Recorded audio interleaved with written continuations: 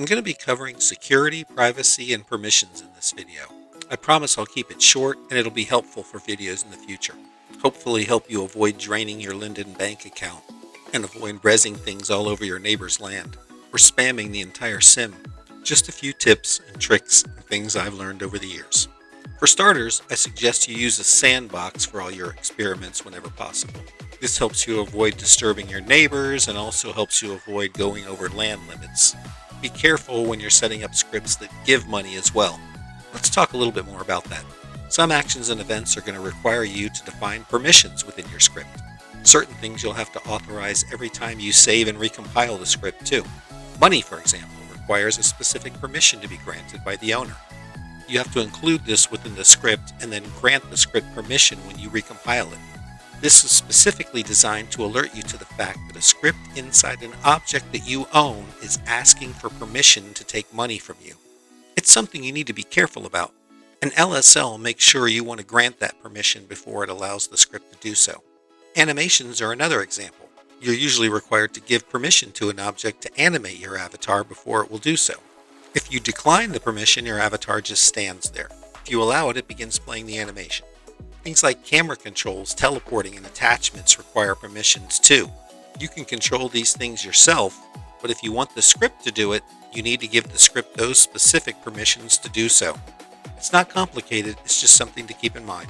It's also important as you start creating scripts to respect the privacy of others and their expectations of it.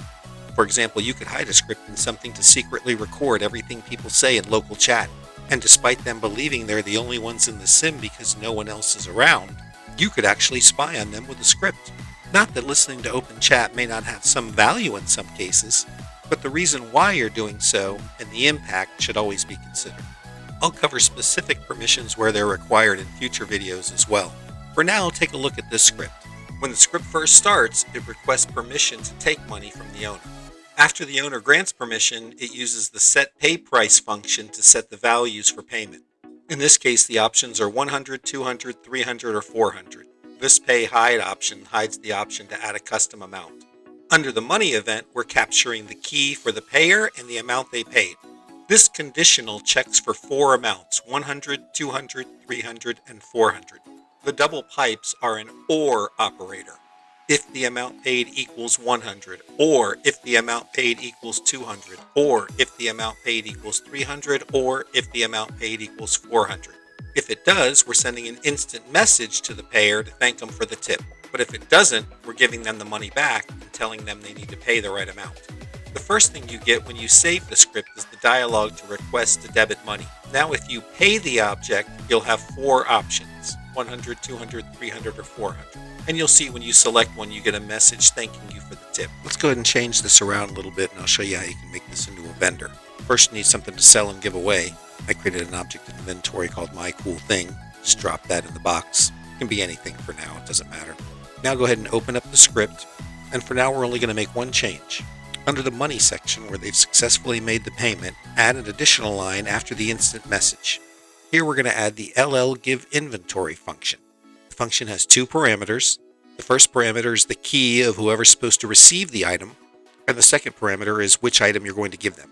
So in this case, the key is whoever made the payment, the payer, and the item we're going to give them is the first object in our box's inventory, which is the My Cool Thing object. And if you go ahead and save that now, I pay the box, I get the thank you, and then I receive the My Cool Thing object. Let's spice it up a little bit because we have multiple pay options. If they pay 400, they should get 4 of these things. Let's add a do-while loop in here. So the first thing we're going to create is this integer called give count. This calculation is basically going to tell me the number of items I should give them. I'm taking the amount they paid divided by 100 and then rounding it with the LL round function. The LL round function just rounds it to the nearest integer. So I'm going to get a result of either 1, 2, 3, or 4. And the first thing I'm going to do is give them a copy of My Cool Thing from the object inventory. Next, I'm going to subtract 1 from the give count. I'm going to use minus equals 1 to subtract 1. And then I'm closing off the do while statement with this comparative. As long as count give is greater than 0, we're going to continue. So if they've given $100, they're going to get 1. When we subtract 1 from 1, we get to 0. And then at this point, the conditional would return false. And then we would exit the loop.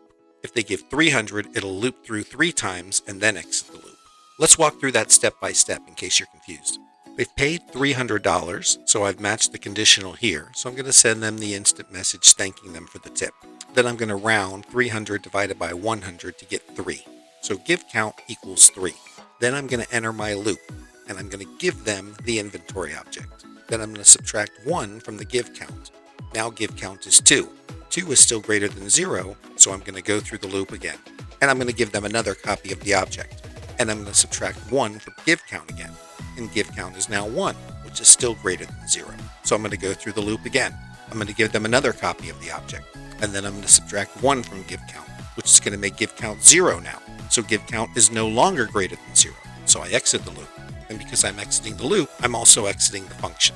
Here's how it looks in world. I pay the box 300 lindens, and I get 3 copies of the item. In the next video, we're going to create some real scripts that perform common tasks that you've probably seen a lot in Second Life. If you have comments, you can put them down below. If you have questions, you can put them down below as well, or email me at the email address in the description. If you enjoyed the video, please click the like button and consider subscribing. See you in the next video.